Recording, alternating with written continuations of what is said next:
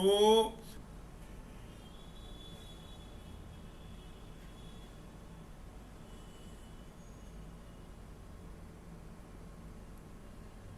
शुरू करते हैं लेके प्रभु का नाम। ये आज की बेसिकली तुम्हारी जो ये काइंड ऑफ, इसको आप रोड मैप भी कह सकते हो, है ना। ये आपका पूरे साल आगे जो नेक्स्ट ईयर है उसके बारे में मैं बताने के लिए आया हूँ।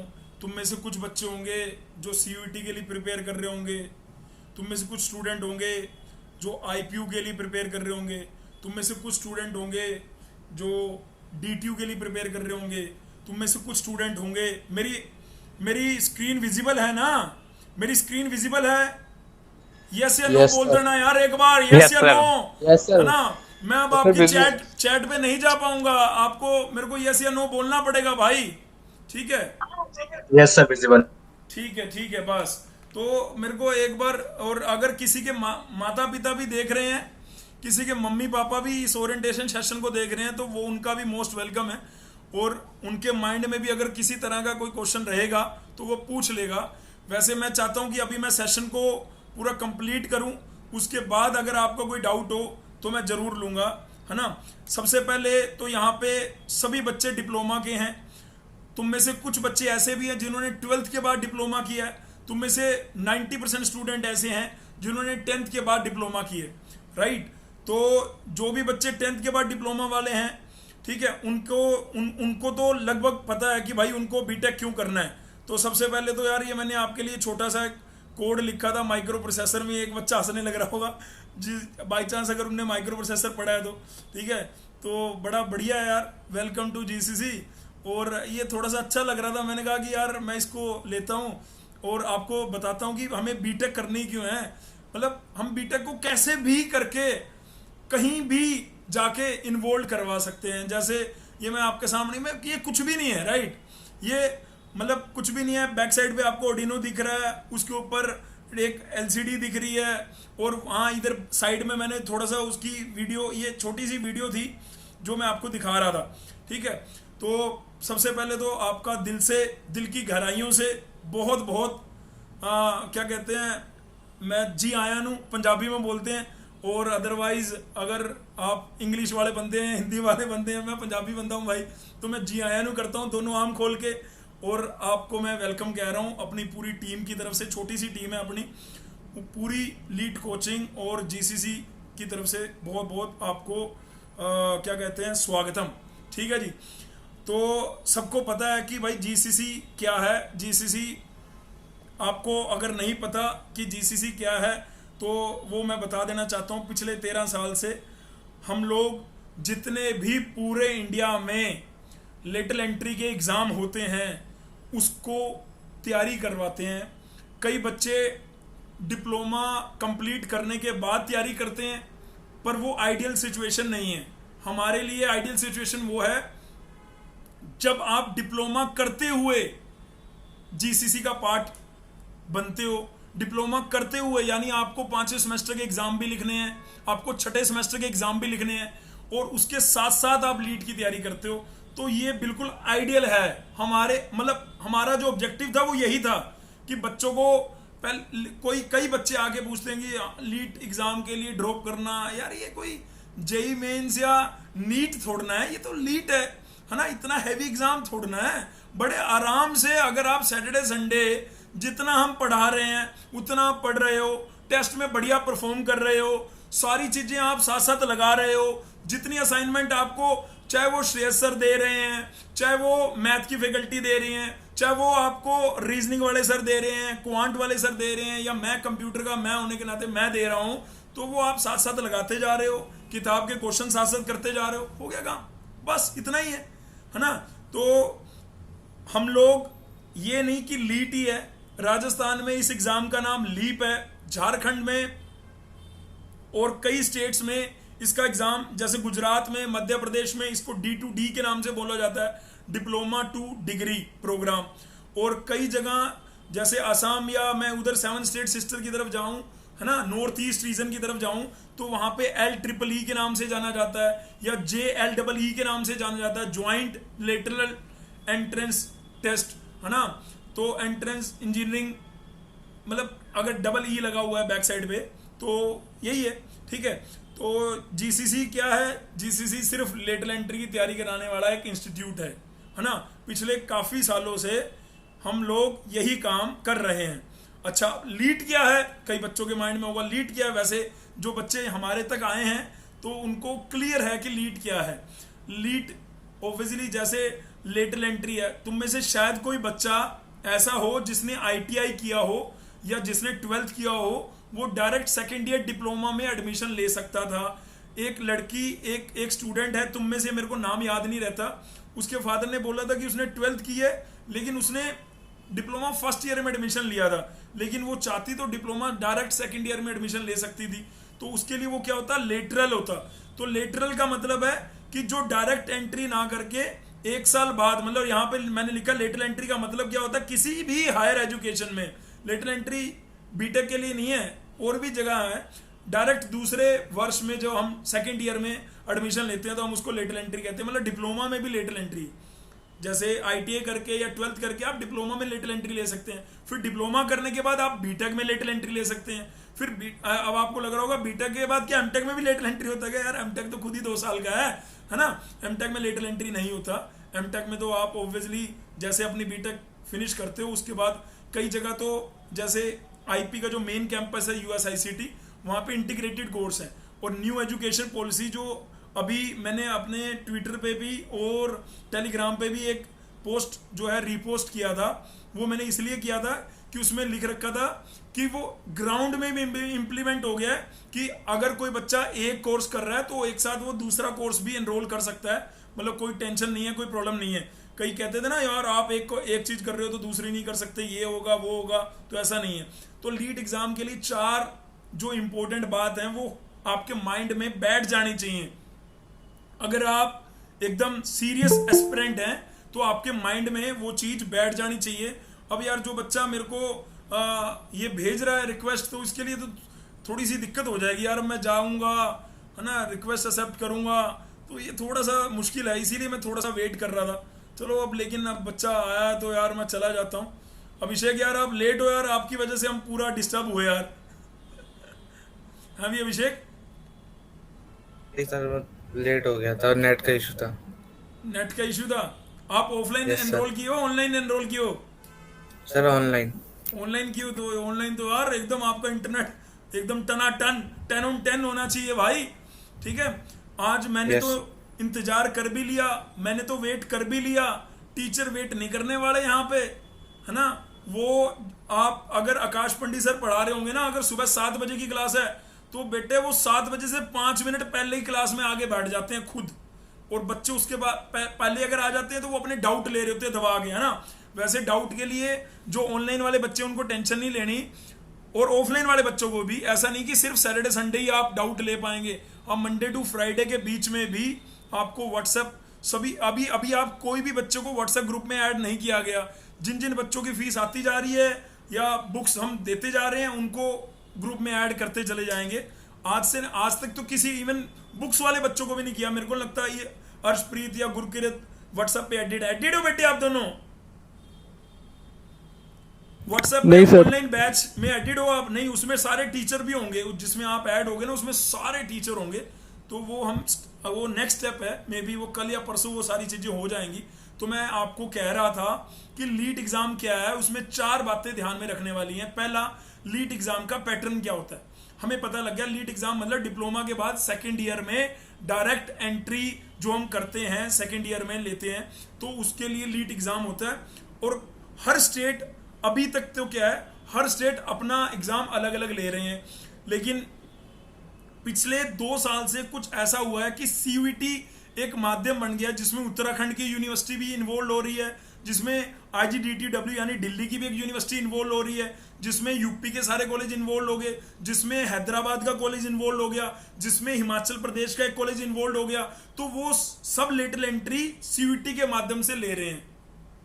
तो ऐसा कोई एकदम शॉकिंग नहीं होना चाहिए कि भाई अगले साल अगर पूरे अपने जितने भी स्टेट्स हैं अलग अलग, अगर वो अलग अलग अपना लीट ले रहे हैं तो एक ऐसी गवर्नमेंट, वो गवर्नमेंट उन्हें बाउंड कर दे कि नहीं जी आपको ये सीयूईटी के माध्यम से ही लेना है। जैसे दिल्ली विश्वविद्यालय का अपना एग्जाम होता था, वो अपनी स्कोर देखता था, है ना। दिल्ली विश्वविद्यालय में क्या है कि भैया दिल्ली जो सीबीएसई बोर्ड वाले बच्चे होते थे उनके मार्क्स ज़्यादा आ जाते थे, जो बिहार बोर्ड के बच्चे होते थे उनके मार्क्स कम रहते थे। मैं ट्वेल्थ की बात कर रहा हूँ, तो क्या होता था, बहुत ज़्यादा चांसेस होते थे कि सीबीएसई वाले बच्चों को दिल्ली विश्वविद्यालय के अंदर एडमिशन मिल जाता था। अब डीयू क्या है, सेंट्रल गवर्नमेंट द्वारा रन किया हुआ यूनिवर्सिटी है ना, सेंट्रल गवर्नमेंट चलाती है। तो उस सेंट्रल गवर्नमेंट का मतलब है जिसमें पूरे हिंदुस्तान के बच्चों का बराबर का हक है ना। हाँ ऑब्वियसली अगर वो दिल्ली में है तो उसके लिए कुछ दिल्ली का उसको कैटेगरी से कुछ रिजर्वेशन मिल जाएगा। मान लो जो आईआईटी जिस रीजन में होती है उस रीजन के बच्चों को आईआईटी या एनआईटी में उस रीजन के बच्चों को वेटेज मिलता है। लेकिन एनआईटी और आईआईटी क्या है, सेंट्रल इंस्टीट्यूशन है, तो सेंट्रल इंस्टीट्यूशन होने के नाते उनको पूरे इंडिया के बच्चों को बराबर का हक मिलना चाहिए। बस सिर्फ वो जहां पे है वहां पे थोड़ा सा वेटेज बढ़ा देना चाहिए, ऐसा ही होता है ना। एनआईटी में आईआईटी में ऐसा ही है, आईआईटी में तो ऐसा नहीं है, एनआईटी में सभी एनआईटी में ऐसा ही है कि अगर एनआईटी दिल्ली की है, एनआईटी तिरुचिरापल्ली की है, एनआईटी कुरुक्षेत्र की है, एनआईटी मतलब जलंधर की है ना, तो उनमें है। तो मैं ये आपको कहना चाह रहा हूं कि अगर लीट एग्जाम भी सिंगल एक एनटीए आए और वो सभी डिप्लोमा के बच्चों के लिए लीट एग्जाम का नाम चाहे वो सीयूटी के अंडर ले ले या लीट एग्जाम का अपने एक नया नाम डेवलप करे और उसमें पूरे इंडिया के मतलब सी लीट लिख दे, लीट के आगे सी लीट वर्ड यूज करके उसके थ्रू से मतलब ऐसा हो सकता है आने वाले समय में। अभी ऐसा इसलिए भी नहीं हो रहा क्योंकि अलग अलग स्टेट के जो बच्चे हैं वो अंडर कंट्रोल्ड हैं। मतलब ऐसा कहीं नहीं है कि भाई मारो मार हो गई है। जैसे यूपी एक मात्र स्टेट था जहां मारो मार हो जाती है, जहां 20,000 बच्चे लेटरल एंट्री का फॉर्म फिल करते हैं, लेकिन दिल्ली में 3-4 हजार, हरियाणा में 3-4 हजार, मतलब हर स्टेट। अगर पंजाब की बात करूं तो 400-500 बच्चे, अगर मैं डीटीयू लीट की बात करूं तो 400-500 बच्चे। अब उसका रीजन ये भी हो सकता है, नंबर ऑफ सीट्स भी हो सकता है, तो जो भी रीजन है तो इसलिए वो अलग अलग लेते हैं। तो सबसे पहले तो क्या है, उन अलग अलग लीट के पैटर्न को समझना और अपने आप से एक मतलब अगर हम आपको मिले हैं तो हम आपको बता पाए कि भाई इसकी अप्रोच के लिए क्या है, इन सभी लीट को अलग अलग सिलेबस में कंफ्यूज ना होकर एक यूनिवर्सल सिलेबस हम लोगों ने आपके लिए डिजाइन करा होगा और उसी सिलेबस को हम आपको पढ़ाएंगे। अगर आप ऑल लीट की तैयारी कर रहे हैं तो यकीन मानो आपको हल इतना सा भी रिग्रेट नहीं होगा हमारा सिलेबस पढ़ के। मतलब आपको ऐसा नहीं लगेगा यार मैं तो पीयू लीट के लिए पढ़ रहा था मेरा ये स्किप हो गया, या मैं तो डीटीयू लीट के लिए पढ़ रहा था मेरा ये स्किप हो गया। नेवर। आईपी लीट के नेवर। हमने यहां पे क्या है, आपका कुछ बेसिक साइंस वाला पोर्शन बना रखा है और आपको कुछ ब्रांच वाइज का पोर्शन बना रखा है। तो मैं पैटर्न और सिलेबस की ये बात कर रहा हूं कि अगर आप ऑल ओवर इंडिया में किसी ऑल ओवर इंडिया लीड की तैयारी कर रहे हैं, ऑल लीड की तैयारी कर रहे हैं, तो हमने एक बेसिक सा स्ट्रक्चर आपके लिए सिलेबस का बनाया है और उसी को हम पढ़ाएंगे। और वो सिलेबस आपके जो ग्रुप बने हुए हैं जीसीसी एप्लीकेशन में वहां पर हम अपलोड करेंगे। उस सिलेबस में मैथ के कंटेंट, मैकेनिक्स के कंटेंट, और वो अपडेटेड वाले हैं। ऐसा नहीं है कि भाई मैथ इतने सालों से, हर साल हम उसमें चेंज करते हैं, कुछ प्लस करते हैं कुछ माइनस करते हैं। जैसे मैथ में इस बार कुछ टॉपिक प्लस हुए हैं, मैकेनिक्स में इस बार कुछ टॉपिक प्लस हुए हैं, फिजिक्स में माइनस किए, केमिस्ट्री में माइनस किए, है ना। ये मैं आईपीयू को देख के नहीं कह रहा हूं, ये मैं पंजाब लीट के पेपर को भी देख के कह रहा हूं। ये मैं सीयूटी तो बिल्कुल ही अलग हो गया, डीटीयू में फिजिक्स केमिस्ट्री आता नहीं है, उसमें क्वांट और रीजनिंग के कुछ टॉपिक्स ऐड किए हैं जो बच्चों ने हमें बताए, है ना। जो भी बच्चे यहाँ पे पेपर देते थे तो उनका पेपर आता है, तो उसके बाद ऑब्वियसली ऐसे ही जैसे मैंने आपके साथ मीटिंग करी है ऐसे मैं जो पढ़ाए हुए बच्चे उनके साथ मीटिंग से हमें वो चीजें पता लग रही होती हैं। एलिजिबिलिटी क्या है जी, अब अगला तीसरा नंबर आता है। ऑब्वियसली जब हम लीड एग्जाम के लिए जा रहे हैं तो हमारे पास एलिजिबिलिटी भी होनी चाहिए। तो एलिजिबिलिटी क्या है जी, एलिजिबिलिटी में बेटे सबसे पहले तो मैं अगर बात करूं तो आपकी डिप्लोमा में परसेंटेज होनी चाहिए 60। कितनी परसेंटेज होनी चाहिए आपकी डिप्लोमा में? परसेंटेज होनी चाहिए 60, ठीक है।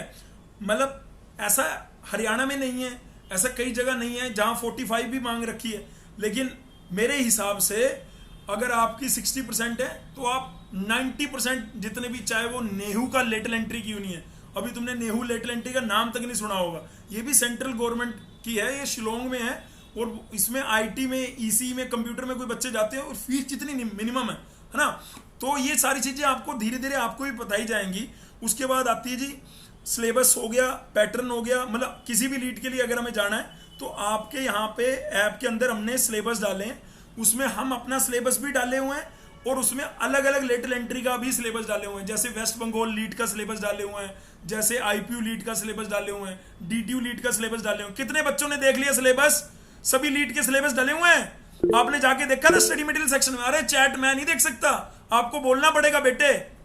हाँ जी यस सर, देखे थे। सर देखा था सर। हाँ यस सर, देखा। तो ऐसे करके हमने, ताकि आप लोग अभी अपनी जो भी आपकी स्टडी वाली आपने अपना बनाया होगा एम्बियंस, तो आप वहां पर अपने अपने सिलेबस जो है वो लगा लें और उसको अंडरलाइन करते जाएं।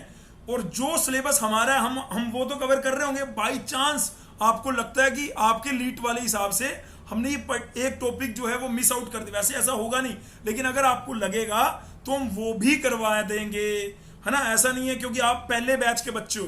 परिश्रम बैच के बच्चे का मतलब है आपकी, मेरे को लगता है पूरी क्लास, ये सिलेबस तो खत्म होगा ही, उसके बाद आपको रिवीजन, डाउट, आपको मोर देन सफिशिएंट टाइम है। अगर आप स्ट्रेटजी के अंदर क्या है कि अगर हम लोग 6 घंटे आपको पढ़ा रहे हैं, यानी 6 दूनी 12 घंटे अगर हमने आपको पढ़ाया है, तो 12 को मल्टीप्लाई कर दो 3 घंटे से। 12 को मल्टीप्लाई कर दिया 3 से, तो कितना हो गया? 12 तिया 36। और हमारे पास दिन कितने बचे हुए हैं जी? 2 दिन तो कोचिंग में चले गए, बढ़िया। हमारे पास दिन बचे हुए जी 5। 5 को 36 से डिवाइड कर दिया। चलो अगर कई बच्चे कहेंगे नहीं जी कोचिंग तो सिर्फ 4-5 घंटे है, दिन में तो 24 घंटे होते हैं, तो आप इसको 7 से डिवाइड करो।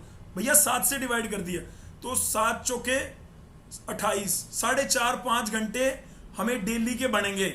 अगर मैं डेली के 4 घंटे सिर्फ अपने लेट एग्जाम को दे रहा हूँगा, तो मैं लास्ट में अपने आप को टॉप 10 में देखने का हकदार हूँ। किसी दिन मुझे काम आ गया, किसी दिन मेरा मन नहीं करा पढ़ने का, किसी दिन मुझे बुखार हो गया, किसी दिन मुझे मेरा एग्जाम आ गया, है ना, तो तब उस दिन का जो टाइम है वो आगे आ जाएगा। लेकिन आपको 3 से 4 घंटे बेटे, अगर आप किसी टॉप के कॉलेज को देख रहे हैं तो वो देने पड़ेंगे। हमारे यहाँ पे एवरी ईयर परमात्मा की दया से 400 से 500 बच्चा पढ़ता है बेटे। उसके अंदर 100-150 बच्चा ऐसे हैं जो बिल्कुल बहुत बढ़िया आउटपुट लेके आते हैं, लेकिन उसके अंदर 250-300 बच्चे ऐसे भी हैं जो बढ़िया रिजल्ट नहीं लेके आ पाते। अब तुम में से भी ये 30 बच्चे मेरी बात को सुन रहे हैं आज। इन 30 बच्चों में से मुझे नहीं पता कितने बच्चे अभी एकदम कॉपी पेन लेके नोट कर रहे होंगे चीजों को, और वो अच्छी बात है ना। मैं आपको आज, इवन कल पहली क्लास है, तो मैं अपनी क्लास में आपको डेली रूटीन का एक पोस्टर भी दे दूंगा कि भाई मैं हर टाइम हर बार देता हूं बच्चों को, तो वो मैं आपको भी दे दूंगा कि ये आपका डेली रूटीन का। उसमें क्या है, एक कॉर्नर होगा जहां पे आप अपने नोट्स कि मुझे आज करना क्या है, और इधर टिक टिक टिक टिक टिक वाली घड़ी होगी। मुझे नहीं पता तुम में से कितने बच्चे घड़ी डालते हैं, कितने नहीं डालते हैं, लेकिन सीरियस एस्पिरेंट जो है ना, उनको 1-1 घंटा जाते हुए दिखना चाहिए। उनको टाइम का अपने आप ही वैल्यू करना पड़ेगा। अब तुम में से कई बच्चों को लग रहा है अरे हम तो बहुत पहले आ गए, अरे बहुत पहले आ गए, तभी तो ये सारी चीजें बनानी है, क्योंकि आप लोग कोविड वाले बच्चे हो। आप लोगों को या ये DSU वाले बच्चे हैं दिल्ली के, तो या बाकी जो दूसरे स्टेट के बच्चे हैं, उनमें काफी सारे ऐसे कॉलेजेस हैं जो ऑनलाइन चल रहे थे 1 साल 2 साल से, तो उनका मैथ बहुत कमजोर है, उनकी जो बेसिक कंसेप्ट है उसमें बिल्कुल भी पकड़ नहीं है। तो आपके पास ये ग्रेट अपॉर्चुनिटी है कि आपको हम जैसे यंग मतलब बच्चे लगा लो, अपने बड़े भाई लगा लो, वो मिल रहे हैं जो आपको हेल्प कर रहे होंगे कि आपको अपने कंसेप्ट कैसे सुधारने हैं। आपको अगर पढ़ने की हैबिट नहीं है तो आपके अंदर पढ़ने की हैबिट को पूरी कोशिश कर रहे होंगे उसको डालने की, कि भाई पढ़ने की हैबिट कैसे डाल पाओगे। तो स्ट्रेटजी के अंदर यही है यार। मैंने को बस ये बोलना था, पैटर्न में मैंने बोला सब लीड अलग अलग हैं, अलग अलग सिलेबस है, उनका सिलेबस आपको निकालना होगा। अगर आप, कई बच्चे लास्ट में ये कहते हैं कि मेरा रिजल्ट थोड़ा सा खराब आया क्योंकि मैं इधर भी फोकस कर रहा था, इधर भी, लेकिन तुम्हारे पास अभी सफिशिएंट टाइम है। मतलब आने वाले 4-5 महीने में अगर आप अपना इन सिलेबस से कॉमन सिलेबस निकाल के और उसी पे फोकस, उन्हीं का बेसिक कंसेप्ट को मजबूत करोगे, उसके बाद क्वेश्चन कहीं से भी आ जाए कोई दिक्कत नहीं होगा। है ना। हम अपने पेपर का स्तर जो तुम्हारे लेटल एंट्री के पेपर के स्तर है उनसे बहुत ऊपर बनाते हैं। हमारे पेपर में अगर आप अच्छा कर रहे हो तो 100% श्योर है कि आप फाइनल में भी अच्छा करोगे। खनक गुप्ता की अगर मैं बात करूं, जिसने आईपीयू में रैंक 2 लेके आई थी, वो अंबेडकर इंस्टीट्यूट टेक्नोलॉजी शकूरपुर में दिल्ली में है, वहां से है वो स्टूडेंट, और वो भी बैच 1 में थी। वो भी इसी तरीके से जुलाई में उसका भी ओरिएंटेशन हुआ होगा, लेकिन उसको क्लियर कट पता था कि उसे आईपीयू में यूएसआईसीटी लेना है, उससे नीचे वो बात नहीं करने वाली, और उसने पूरी ताकत पूरी एनर्जी लगाई। बेटे आप, अगर मैं आपको अभी जीसीसी एप्लीकेशन में उस बच्ची के टेस्ट का रिकॉर्ड दिखाऊं ना, उसने कोई भी टेस्ट स्किप नहीं किया पहली बार, और हर टेस्ट में, मतलब शुरू में तो वो पीछे रहती होगी, लेकिन जब लास्ट तक अगर मैं फरवरी या मार्च के बाद का देखूं तो आपको हर टेस्ट में टॉप 10 में टॉप 5 में वो दिखाई देगी। इवन मैं इंस्टाग्राम पे भी रिजल्ट अब वो करता हूं, जब बच्चों का रिजल्ट आ जाता है, कौन टॉप 3 है, कौन टॉप 5 है, कौन टॉप 10 है, तो वो इंस्टाग्राम पे भी डाल देता था बच्चों के मोटिवेशन के लिए। तो वहां पे भी जाके देखोगे तो खनक गुप्ता का नाम वहां पे दिखेगा, और उसके बाद टॉपर में देखोगे तो वो दिखेगा। वहां पे जितने भी टॉपर आए हैं वो किसी ना किसी लीट में टॉप 10 के अंदर हैं, आपको दिख रहा होगा वहां पे, नहीं तो आप देख लेना। अच्छा जी, चलिए जी, ये हमारा स्ट्रेटेजी का सीधी सी बात यह है कि हमें 4-5 घंटे कोचिंग के अलावा अपने घरों में डेली देने हैं। आप लोग मेरी बात को सुन के दूसरी तरफ कान से निकाल भी सकते हो, लेकिन कोई भी कोचिंग इंस्टीट्यूट के पास या कोई भी टीचर के पास ऐसा नहीं है कि आपने उसको छू लिया या वहां चले गए तो आपका रिजल्ट जो है बेहतरीन आ जाएगा, ऐसा नहीं हो सकता। हम आपको रास्ता दिखाएंगे, रास्ते पे चलना आपको ही है, कैसे पढ़ना है वो बताएंगे, आपको पुराने पेपरों से अवगत कराएंगे, आपको पेपर इवन बेसिक कंसेप्ट को ऊपर उठाने में हेल्प करेंगे। ये सारी चीजें हम आपके साथ करेंगे, लेकिन एट द लास्ट पढ़ना आपको है। उस जो पढ़ाई हुई चीज है उसको रिवाइज करना आपके हाथ में है। तो वो 4-5 घंटे को टाइम को आप किस तरीके से तोड़ोगे, वो डेली का रूटीन आपके पास हम भेजेंगे, वो आपको डेली बनाना पड़ेगा, जो कि सुबह 6 AM से शुरू होकर रात के 9 PM तक रहेगा। सुबह के 6 AM से लेके रात के 9 PM तक। अभी तक आप अगर डिप्लोमा के फाइनल ईयर में थे तो अभी तक आपने इतना सिंसियरली कभी सोचा ही नहीं था कि यार सुबह 6 बजे मॉर्निंग स्टार्ट हो जाती है और 6 बजे मॉर्निंग से रात के 9 बजे तक क्या मैं एक घंटा अपना 6 से 7 मैं क्या करता हूँ, 7 से 8 मैं क्या करता हूँ, 8 से 9 मैं क्या करता हूँ। तो इतनी इस ड्यूरेशन में हमें तो आपके 4 घंटे चाहिए। हो सकता है तुम में से कुछ बच्चे, लड़के या लड़कियां, मॉर्निंग में उठना पसंद करें कि मैं अपने जो टाइम है वो मैं मॉर्निंग में दूंगी, और तुम में से कुछ स्टूडेंट इवनिंग में वो टाइम देना पसंद करें, और तुम में से कुछ स्टूडेंट जब आपके दोस्त खेलने के लिए बुलाते हो, मैं ये नहीं कह रहा खेलना बंद कर देना, मस्ती बंद कर देना, बिना मस्ती के पढ़ाई थोड़ना होती है, मस्ती तो जरूरी है, बस मैं ये कह रहा हूं उसको एक टाइम बाउंड कर देना। अभी तक हमारी जो मस्ती थी वो अनलिमिटेड थी। अगर मैं सार्थक को पूछूंगा, सार्थक भाई 15 जुलाई तक तेरे को कहां जाना था, तो उसके पास शेड्यूल होगा। सार्थक 15 जुलाई तक आपको कहां कहां जाना था बेटे, तेरे पास एक शेड्यूल होगा, है कि नहीं सार्थक? Yes sir. मैं ये कह रहा हूं बेटे, अगर 15 जुलाई तक का अगर मैं अभी आपसे पूछूं कि आपके एग्जाम 4 सेमेस्टर के फिनिश हो गए थे, तो 15 जुलाई तक आपके पास शेड्यूल होगा ना कुछ कि सर मैं ये कर रहा था, मैं ये कर रहा था। हाँ सार्थक बोल ना यार। यस सर था। तो तूने तेरे को उन 15 दिन में क्या तेरे पास हर दिन का टाइम टेबल था? नहीं होगा। जिस बच्चे के पास लास्ट बीती हुए 15 दिन में भी अगर उस बच्चे के पास टाइम टेबल नाम की कोई चीज थी ना, उस चीज को बोलते हैं बेटे 4th नंबर पे जो मैंने पॉइंट लिखा है स्ट्रेटजी, है ना। जिस बंदे को अपने टाइम का पता है तो वो मैं आप लोगों को दूंगा। वैसे भाई यहाँ पे 90% जितने भी बच्चे हैं, आफ्टर डिप्लोमा ऑप्शन क्या क्या होते हैं गुरुजी या भैया या सर या अंकल, वट एवर जो आप बोलना चाहो, तो हमारे पास सबसे पहला और सबसे बढ़िया ऑप्शन तो होता है गवर्नमेंट नौकरी अगर हमारी लग जाए। डिप्लोमा हमने किया और हमारी इसरो में, DRDO में भाई सरकारी नौकरी लगी। सर इतना आसान है क्या, हलवा है क्या? अरे यार मेहनत करने वालों के लिए सब आसान है, और देखने वालों के लिए जो सिर्फ अभी देखेंगे उनके लिए सब मुश्किल है। लेकिन जिसने देखा और अपने ब्रेन में बिठा लिया, समझ लिया, उसके लिए आसान हो जाएगा। तुम में से ही कुछ बच्चे, मैं आपको आज बोल रहा हूं, तुम में से ही कुछ बच्चे नेक्स्ट ईयर यहां पे पोस्टरों में लगे मिलेंगे कि भाई इसकी रैंक टॉप में आ गई यार, इसकी रैंक यार, ये बच्चा टॉप कर गया यार, ये लड़की हमारे बैच में थी, वो कहेगा वो हमारे बैच में थी, है ना। तो गवर्नमेंट जॉब सबसे पहला ऑप्शन, सेकंड ऑप्शन है बीटेक, और थर्ड है प्राइवेट जॉब।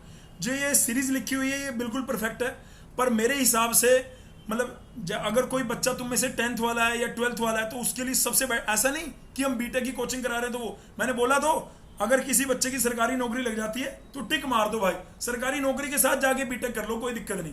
लेकिन अगर सरकारी नौकरी वाला ऑप्शन आपके पास नहीं है अभी, या पोस्ट नहीं निकली हुई, या हम तैयारी, तो आपके लिए सबसे बेहतरीन ऑप्शन है बीटेक, ठीक है। और बीटेक टॉप के कॉलेज से, बीटेक मतलब बीटेक किसी भी कॉलेज से कर लो, कोई दिक्कत नहीं है। मेरे को कुछ बच्चों ने फोन करा और कहा कि सर हम तो प्राइवेट कॉलेज, हमारे तो इंस्टीट्यूट के बाहर ऊपर लिखा हुआ 40,000 आओ और 40,000 में बीटेक कर लो।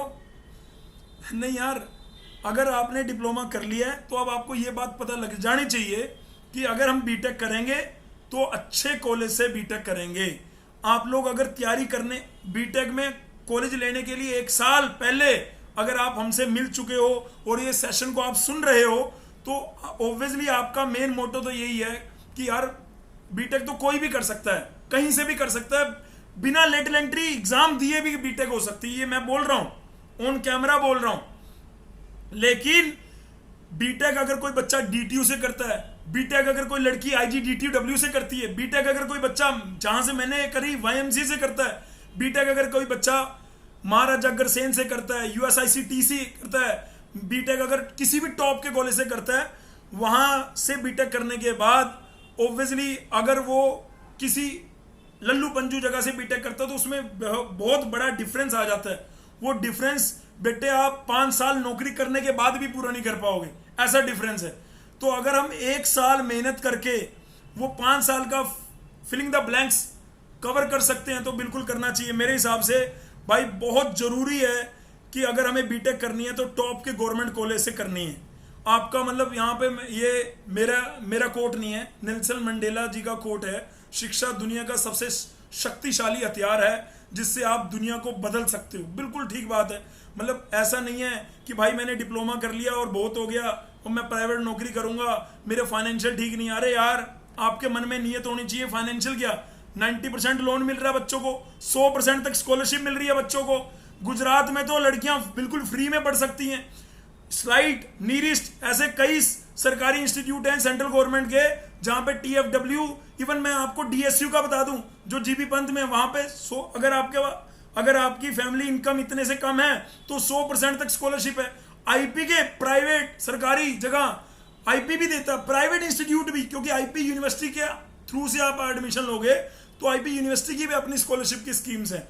मैंने यूट्यूब पे भी वीडियो डाल रखी है, एक बच्चा प्राइवेट कॉलेज से, गौरव नाम है उसका, गौरव नाम था उसका, करीबन 92 या 72 रैंक थी, वो नौकरी कर रहा है अभी तो, लेकिन उसके पास फीस नहीं थी, वो नहीं सोच सकता था भाई बीटेक करने की, तो उसने डिप्लोमा करा, तैयारी चालू कर दी, तैयारी बढ़िया हो गया, भारतीय विद्यापीठ में कंप्यूटर ब्रांच मिल गई।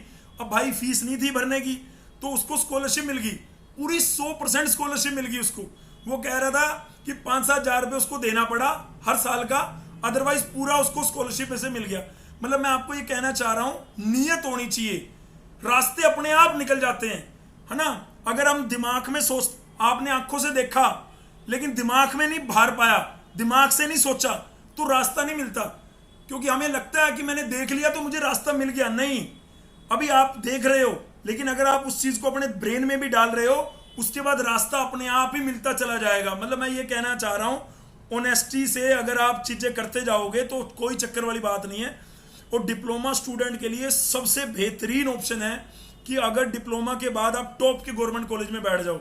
अगर आपने डिप्लोमा कहीं से भी किया है, आप DTU में बैठ जाओ, आप जाके IP के टॉप के कॉलेज में बैठ जाओ, आप जाके हरियाणा के टॉप के कॉलेज में बैठ जाओ, पंजाब के टॉप के कॉलेज में बैठ जाओ, यूपी के टॉप के कॉलेज में बैठ जाओ।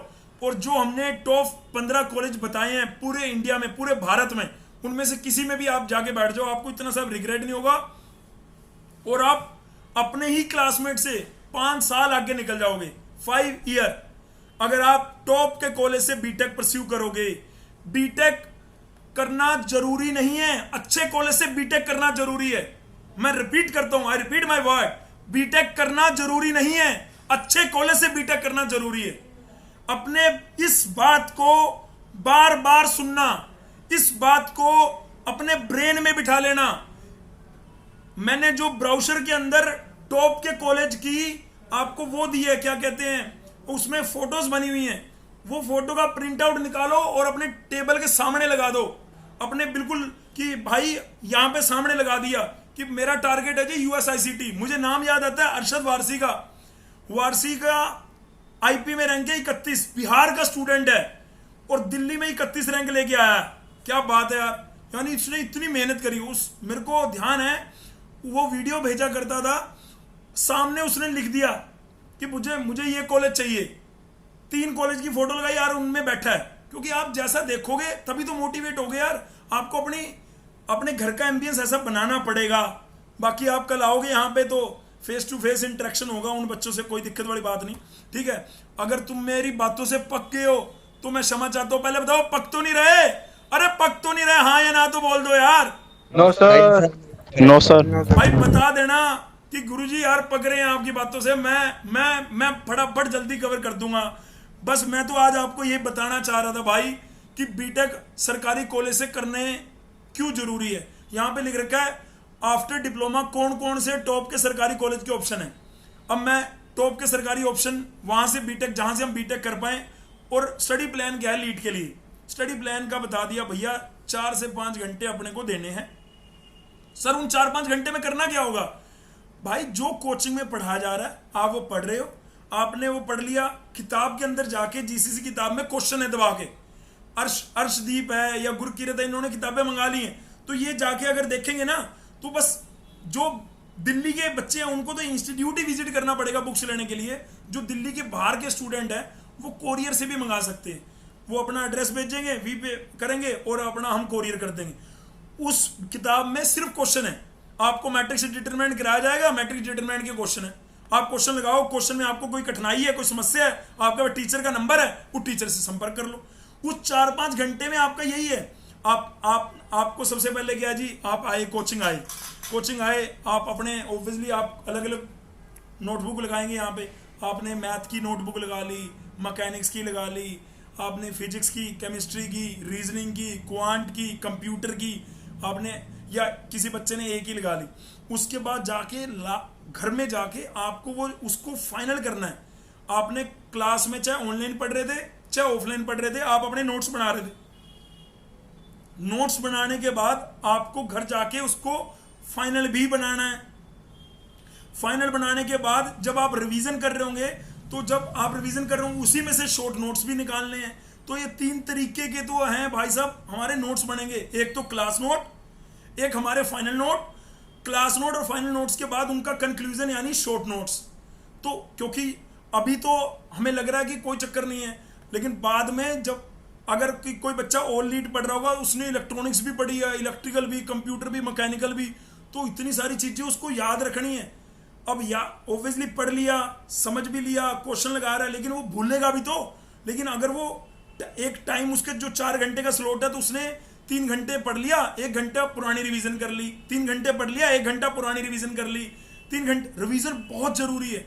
आपके जो जितने भी बच्चे टॉपर हैं जिनसे मैं इंटरेक्ट करता हूं, यार मेरे को कोई नहीं बताने वाला, मेरे को आप लोग ही बताते हो। आप में से जो बच्चे अच्छा स्कोर करते हैं वो हमें बताते हैं, और वो हमें बताते हैं कि हमें क्या इंप्रूव करना है अपनी चीजों में।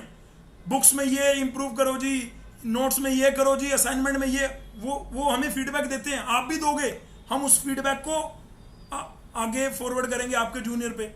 अभी आपके पास हम लोग जो जितना भी हमारे पास एक्सपीरियंस है वो सारा निचोड़ के आपको देंगे। हमारा एक ही काम है, आपको टॉप के कॉलेज में पहुंचाना, बस ये हमारा मेन काम है। आपको हमारे साथ भागना है ना।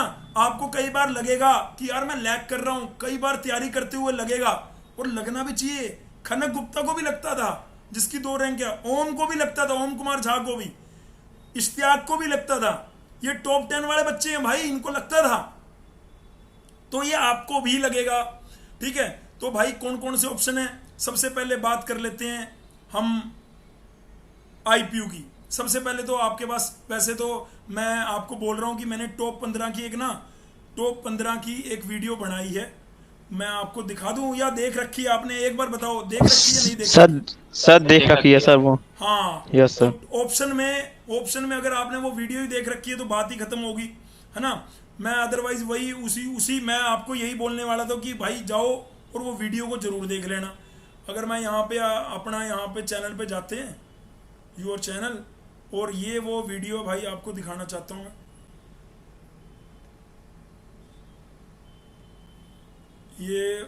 ये तो AKTU के, ये जैसे टॉप 15 गवर्नमेंट कॉलेज है ना, ऐसे टॉप 15 प्राइवेट कॉलेज भी हैं पूरे हिंदुस्तान में। उसकी वीडियो आई नहीं है, वो बनी हुई है, वो आ जाएगी, वो अपलोड कर देंगे, कोई दिक्कत नहीं है, ठीक है। इस वीडियो में जो ये बेटर ऑप्शन है पूरे हिंदुस्तान के हैं इसमें, चाहे आप, लेकिन अलग अलग लेटरल एंट्री के अलग अलग हैं। मान लो अगर आप जेई लीट लिख रहे हो तो सबसे बेटर ऑप्शन जादवपुर का है ना। अगर आप आईपीयू लिख रहे हो तो USICT है आपके पास, सरकारी कॉलेजेस की बात कर रहा हूँ, है ना। प्राइवेट कॉलेज के जब आएंगे टॉप 15 तो उसमें प्राइवेट कॉलेज आ रहे होंगे। DTU है, लड़कियों के लिए IGDTW है, हरियाणा में YMCA है, ठीक है। अगर मैं पंजाब की बात करूं तो UIT है सबसे टॉप पे, जो चंडीगढ़ में है मेन। सरदार जी, अर्शदीप या गुरकिरत, आपका एम भी यही होगा, UIT चंडीगढ़ फिलहाल, या कोई और एम है? बोलिए यार। सर यही है, हाँ जी, यही है सर। ठीक है, वो कह रहा है मेरा एम यही है, UIT है। UIT में कौन सी ब्रांच देख रहे हो सरदार जी आप? Sir electronics. तेरे को लगता है कि तेरे कॉलेज की जो सीनियर है आप भी वहां पर आ रहे होगे और चर्चा हो रही होगी? इलेक्ट्रॉनिक्स मैं ही पढ़ाऊंगा ऑल लीट में। इलेक्ट्रॉनिक्स के सारे सब्जेक्ट, चाहे वो डिजिटल इलेक्ट्रॉनिक्स है, चाहे वो एनालॉग इलेक्ट्रॉनिक्स है, चाहे वो कम्युनिकेशन सिस्टम है, चाहे वो तुम्हारा माइक्रोवेव है, माइक्रो प्रोसेसर है, चाहे वो तुम्हारा इंस्ट्रूमेंट है। इलेक्ट्रिकल कोई और टीचर पढ़ाएगा, मैकेनिकल कोई और टीचर पढ़ाएगा। पीयू लीट में सारी चीजें 10-10 नंबर की आती हैं। 10 नंबर का मैथ, 10 नंबर की फिजिक्स, 10 नंबर की केमिस्ट्री, 10 नंबर की इलेक्ट्रॉनिक्स, 10 नंबर का कंप्यूटर, 10 नंबर की इलेक्ट्रिकल, ऐसे करके 100 नंबर बनते हैं। और आप देखना, जिसकी रैंक 1 आई है उसके 100 में से 33 नंबर हैं। और मतलब हम लोग यहाँ, अगर तूने हमें पूरा 100% सुना, 50 नंबर तू ऐसे ही ले सकता है, 50। वो तो गलतियां कर देते हैं बच्चे, क्योंकि उनको लगता है यार इतना सारा चीजें याद कैसे करें। लेकिन अगर तू डेली के 4 घंटे सरदार जी आपने दिए, अर्शदीप और गुरकिरत को बोल रहा हूँ, या और भी कोई पीयू लीट के लिए या हरियाणा लीट के लिए भी तैयारी करोगे, हरियाणा लीट में वो चीजें 9 नंबर की आएंगी। 90 नंबर का पेपर आता है हरियाणा लीट का। सर हरियाणा लीट का पेपर होगा क्या? पिछले 2-3 बार से तो, अरे अगर हो गया तो क्या आप लोग उस टाइम, लास्ट टाइम के लिए वेट कर। अभी तो हरियाणा का यार अभी तक नोटिफिकेशन ही नहीं आया, ठीक है। तो हमें अपनी तैयारी पूरी लास्ट तक अपनी पूरी अच्छे से कर लेनी चाहिए। हमें बाद में थोड़ा ना वेट करना है कि हाँ जी हम तैयारी करेंगे और होगा काम, ठीक है। तो ये GCC ऑनलाइन और ऑफलाइन के बच्चे जो भी हमारा, ऑब्वियसली ऑफलाइन वाले बच्चों के लिए तो यही एक मेन बात है कि वो अपना हेल्थ का ध्यान रखना। हेल्थ को ध्यान में कैसे रखना है, ऑब्वियसली यार, कि हमें पता है मंडे टू फ्राइडे हमारा कॉलेज है, सैटरडे संडे कोचिंग है। तो अगर हम अपनी हेल्थ का ध्यान रख रहे होंगे तो सैटरडे संडे कभी स्किप होगा ही नहीं हमारा, ठीक है। दूसरा, हमें एक डिसिप्लिन, अपने डिसिप्लिन से चीज़ें बनती हैं, वो सबसे ऊपर रखना है अपने आप को। अगर 9 बजे की क्लास है तो हमें 8:50 पे, 8:40 पे, 8:45 पे इंस्टीट्यूट पहुंच जाना है।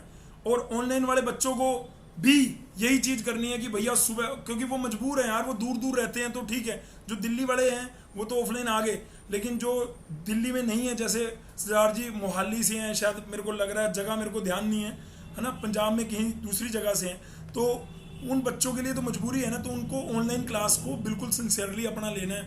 अगर उनको शेड्यूल कल जैसे पता लग गया 9 बजे का, तो 8:50 पे उनके लैपटॉप या उनकी ये जो फ़ोन है ये स्टैंड पे लग के हो जाने चाहिए रेडी, और अपना किताब ले निकाल लें। उन्हें शेड्यूल आ गया कि भैया पहली क्लास कंप्यूटर की है, दूसरी मैकेनिक्स की है, तो अपना उसी तरीके से वो लगे रहेंगे, ठीक है। और कोशिश करनी है कि अगर आप ऑनलाइन क्लास ले रहे हो तो आप बिल्कुल इस तरीके से लें क्लास कि भाई हम जिस तरीके से बिल्कुल हमने अपना वो बना रखा है, क्या कहते हैं कि पूरा प्रॉपर क्लासरूम। हालांकि मुश्किल होता है, मतलब ऐसा नहीं कि आप बेड पे लेट के क्लास ले रहे हैं, ऐसा नहीं है। आपने अलग अपना जो भी स्टडी रूम है, स्टडी टेबल है, वहाँ लगा लिया और अपने घर वालों को कह दिया डू नॉट डिस्टर्ब, भाई मेरी क्लास है, आप फील लो कि वो ऑफलाइन क्लास है, आप फील लो कि टीचर जो है वो बाहर निकल के आ रहा है, आपको देख रहा है और आप बना रहे हो, पूरी नियत पूरी ईमानदारी आप उसके अंदर रखो। ये चीज़ आप 1 हफ्ता 2 हफ्ता तो कर लोगे, लेकिन उसके बाद आपको खुद की एक विल चाहिए होगी जो कंटिन्यूटी पूरा ईयर रखनी है आपको, है ना। जब आपकी एक एक दिन में 3-3 क्लास चल रही होंगी, भाई रीजनिंग की भी है, आज मैथ की भी है, और उसमें बाद में पता लग रहा होगा अरे यार मुंजाल सर का भी एक सेशन है, या आज उन्होंने जो हमारे टेस्ट हुए थे टेस्ट के लिए डाउट सेशन रख दिया, फलाने ने ये रख दिया, तो वो चीज़ें पैरेलली चलेंगी, तो वो आपको एकदम एक्टिव रहना है कि हाँ जी मेरी है, चलो भैया आ गया बैठ गया, आ गया बैठ गया कर रहे हैं। और आपको वो चीज़ें छोड़नी भी पड़ेंगी। हम वैसे 90% आपसे सिर्फ शनिवार इतवार का समय मांगेंगे, मंडे टू फ्राइडे आपका समय आपके एंड में रहने वाला है।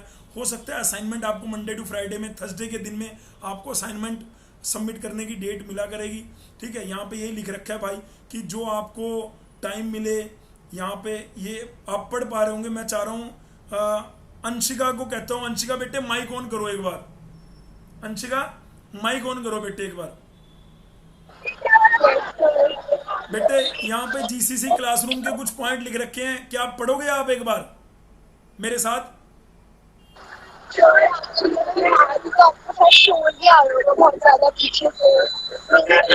आप माइक ऑफ कर दो, मेरे को पता नहीं ये बच्चा कहाँ पे है, लेकिन साउंड से पता लग रहा है कि ये बैठ के अपने घर में क्लास नहीं ले रही है फिलहाल। आदित्य कुमार झा, आदित्य मेरे बेटे। Yes sir. ये क्या लिख रखा है इस पे? Yes, simple and important rules to remember and follow during GCC lead class is equals to अनुशासन plus hard work plus smart work। आपके हिसाब से कोचिंग क्लास। हेलो। हाँ बोलो बोलो। I am audible sir? हाँ जी बिल्कुल ऑडिबल हो, मेरे को सुनाई दे रहा है। आपने अनुशासन plus hard work plus smart work पढ़ लिया, आगे? Yes sir. आपके हिसाब से कोचिंग क्लासेस में क्या इंपॉर्टेंट होना चाहिए? शेड्यूल, सिलेबस का finish, topic wise, DPP, CRT, OTS, SCRT, RT का क्या सीन है? मेरे हिसाब से मतलब आपके माइंड में ये वाले डाउट बनने चाहिए कि शेड्यूल क्या रहने वाला है। तो मैंने आपको बोला बेटे शेड्यूल आपका सैटरडे संडे हम आपका लेंगे, ऑनलाइन वाले बच्चों का भी, ऑफलाइन वाले बच्चों का भी, या इसको कभी रिकॉर्डेड बैच के बच्चे देख रहे हैं तो उनको भी अपना शेड्यूल जो है वो इस तरीके से बनाना पड़ेगा। वो हम देंगे शेड्यूल आपको कि आज शनिवार आपकी इस चीज़ की क्लास है, जैसे आपको सैटरडे का मिल गया ऐसे संडे का मिलेगा, ऐसे अगले सैटरडे संडे में कोई और 2 सब्जेक्ट की क्लास हो रही होगी, अगले सैटरडे संडे में कोई और 2 सब्जेक्ट की क्लास हो रही होगी। और आपका अगला क्वेश्चन होना चाहिए कि जो सिलेबस आपने बनाया है आपका है कॉमन सिलेबस, वो कब तक फिनिश हो जाएगा टेंटेटिवली। अगर हम जुलाई से शुरू कर रहे हैं तो हम फरवरी लेटेस्ट बाय फेब हम आपका सिलेबस फिनिश करा देंगे। ऑन कैमरा आपको बोला जा रहा है कि लेटेस्ट बाय फरवरी आपका सिलेबस फिनिश हो जाएगा। तो सर हम मार्च में क्या करेंगे, अप्रैल में क्या करेंगे? बेटे मई में तो पेपर हो जाएंगे, मई में पेपरों का शेड्यूल आ जाएगा। मार्च और अप्रैल में आप रिवीजन करोगे, टेस्ट दोगे, डाउट लोगे, ऑफलाइन वाले बच्चे अपने डाउट के अलग अलग सेशन शेड्यूल करवाएंगे, एससीआरटी में किताब में कहीं भी उनको कोई समस्या रही होगी तो उसको वो क्लियर कर रहे होंगे। तो ये सिलेबस तो आपका फरवरी में फिनिश होगा, जुलाई में अपन चालू कर रहे हैं। डीपीपी का मतलब है डेली प्रैक्टिस क्वेश्चन आपको अलग से मिलेंगे, वो बुक में जो क्वेश्चन है वो अलग है। हम लोग जो टीचर पढ़ाएगा आपको, मान लो मैंने आपको नंबर सिस्टम पढ़ाया कल, नंबर सिस्टम की डीपीपी आपको मिल रही होगी। श्रेयस ने आपको इंट्रोडक्शन मैकेनिक्स का पढ़ाया, तो इंट्रोडक्शन की डीपीपी यानी असाइनमेंट शीट है, डीपीपी का मतलब असाइनमेंट शीट, वो आपको मिल रही होगी। उस असाइनमेंट को करने का आपको 1 हफ्ता मिलेगा। मान लो 10-15 दिन हो चुके हैं, हमने मैथ की क्लास ले ली, मैकेनिक्स की ले ली, कुछ क्लास हमारी शायद केमिस्ट्री की होगी, रीजनिंग की होगी, क्वांट की होगी, जो भी क्लासेस उस टाइम पे जितना भी सिलेबस हुआ होगा, 15 से 20 दिन बाद उसका एक टेस्ट हो रहा होगा जिसको हम बोलते हैं CRT. CRT stand for classroom test, ठीक है। सीआरटी है ऑफलाइन वाले बच्चों के लिए, ओटीएस है ऑनलाइन टेस्ट सीरीज। ये बिल्कुल लास्ट में यानी मार्च में आपकी पहले तो सेक्शन वाइज पेपर होंगे। सीआरटी का मतलब है जो आप पढ़ी जा रहे हो क्लासरूम में, चाहे वो ऑनलाइन वाले बच्चे हैं चाहे ऑफलाइन वाले बच्चे, उनकी सीआरटी होते जा रहे हैं। और OTS है, एक शेड्यूल आएगा, उसमें आउटसाइडर बच्चे भी होंगे जिन्होंने जीसीसी की टेस्ट सीरीज परचेज करी होगी। खाली आपको टेस्ट सीरीज परचेज नहीं करनी, आप अगर ऑनलाइन बैच में ऑफलाइन में तो आपको ऑटोमेटिकली टेस्ट सीरीज मिल रही है। आपको कोई काउंसलिंग के लिए पोस्ट काउंसलिंग सेशन परचेज नहीं करना, आपको उसके अंदर ही मिल रहा है। आपको कोई बुक्स के लिए कोई पैसा खर्च नहीं करना, वो उसके अंदर ही मिल रही है। आपको कोई रिकॉर्डेड वीडियो, लाइव पुराने रिकॉर्डेड कोई वीडियो, वो सब आपको मिल रही होगी इसके अंदर ही। तो ऑनलाइन ऑफलाइन वाले बैच वाले बच्चों को सारी चीजें इसमें मिल रही हैं वन टच में ही।